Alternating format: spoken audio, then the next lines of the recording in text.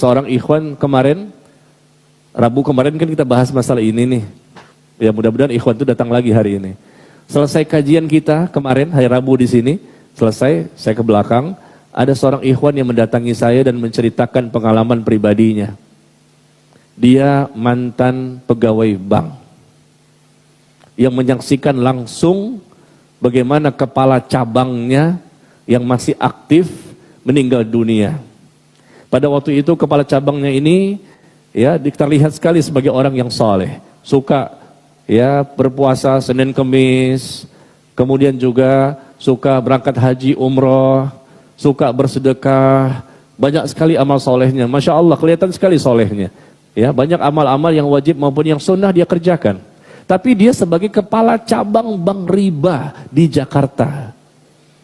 Nah ikhwan ini ketemu saya kemarin di belakang, selesai kajian Rabu kemarin menceritakan, saya sudah keluar Pak Ustadz dan kita punya komunitas anti riba. Kami ini ex-bankir. Ya, mantan-mantan pegawai bank yang berkumpul dalam suatu komunitas dan kami punya pengajiannya. Dan minta saya juga untuk mengisi di kajian mereka. Ya. Dan kemudian dia menceritakan bahwa dia menyaksikan pengalaman yang sangat menakutkan.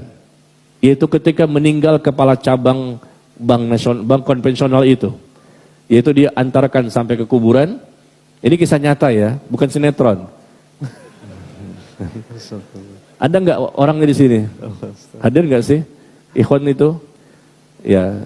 Dan saya percaya, insya Allah dia pun berani bersumpah atas nama Allah. Dan dia menyaksikan peristiwa itu bukan hanya dia, tapi juga teman-teman dia yang lain. Barangkali antum sudah pernah membaca ya, di sosial media tersebar berita seperti ini. Ini kejadian setahun yang lalu, dia simpan, dia tidak diucapkan, takutnya riba. Saya katakan jangan, ceritakan ke orang lain, tapi jangan sebutkan siapa namanya. Kan orang nggak tahu. Kasih tahu aja, ini mantan kepala cabang bank konvensional di Jakarta, banknya nama apa? Nggak usah kasih tahu lah banknya. Nah kemudian dia menceritakan kemarin di balik hijab ini kemarin Rabu yang lalu bahwa dia mengantarkan sampai ke kuburan. Nah kemudian dikuburkan si mayit, nggak ada apa-apa. Memang kadang-kadang diperlihatkan oleh Allah, kadang-kadang tidak diperlihatkan adanya siksa kubur itu. Ini salah satu yang diperhatikan, yang dilihatkan oleh Allah kepada para hambanya. Ternyata setelah dikuburkan, datanglah rombongan keluarga mayit yang lain. Ternyata mereka salah memasukkan ke liang lahat. Sekali lagi ya, bukan sinetron nih. Sinetron memang ada seperti ini juga, ngikut-ngikut itu.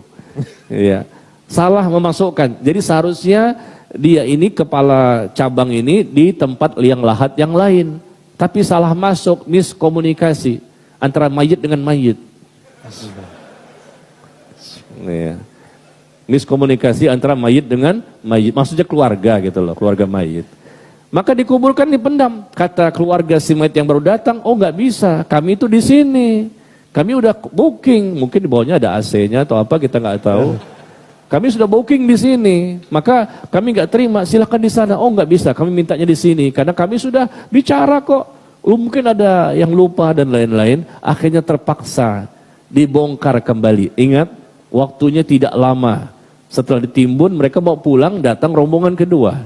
Kata ikhwan ini yang menceritakan kemarin di belakang. Datang rombongan kedua, maka dibongkar lagi. Dibongkar lagi kuburan tersebut. Ini siapa ini? Kuburan siapa? Mantan ya kepala cabang bank konvensional di Jakarta. Digali lagi kuburannya dan ternyata ada sesuatu yang membuat mereka semuanya kaget. Kain kafan sudah hangus. Jasadnya pun sudah hangus dan papan-papan itu yang menutup itu hangus semuanya. Dalam waktu yang sangat singkat. Dan ini nggak selalu ditunjukkan oleh Allah. Terkadang saja, terkadang ditunjukkan. Pada tempat tertentu, orang tertentu. Supaya manusia yakin bahwa ada siksa kubur. Itu ibunya si mayit yang menyaksikan proses seperti itu. Langsung pingsan. Ibunya pun ada juga di situ. Dan bapak ini yang menceritakan kemarin kepada saya juga menceritakan teman-temannya juga menyaksikan. Ketika dicoba digali kembali, mau dipindahkan mayit ke tempat yang lain karena salah liang lahat. Liang lahatnya keliru. Ternyata begitu kondisi seperti ini, mereka ketakutan. Karena udah hangus jasadnya, hangus kain kafannya, hangus papan-papan kayu yang menutup jasad si mayit tersebut. Na'udzubillah min dzalik. Kalau sudah melihat langsung seperti itu, apa kita baru yakin? Sebetulnya tanpa itu pun kita yakin ini dosa besar, dosa riba, bekerja di riba, makan harta riba. Dirham riban ya'kulu rajul wa huwa ya'lam asyaddu min 36 zinyah. Bahkan Nabi mengatakan 1 dirham riba, berapa 1 dirham? 70.000 rupiah. 1 dirham itu sekitar 70.000 rupiah. Yang dimakan oleh seseorang itu harta riba, dirham riban. 1 dirham riba, 70.000 dimakan oleh seseorang harta riba itu, dan dia tahu ini harta riba, dia makan aja. Maka kata Nabi, lebih besar dosanya dibandingkan 36 kali perbuatan zina. 36 kali perbuatan zina. Sekali zina itu dosa besar. Makan cuma 70.000 itu lebih besar dibandingkan 36 kali perbuatan zina. Riba itu lebih besar dibandingkan zina. Tetapi lihat orang-orang yang bekerja di sana dengan dasinya, dengan jilbabnya, pakai AC-nya, antep ya. Ada kaligrafi Yasin, ayat kursi, segala macam.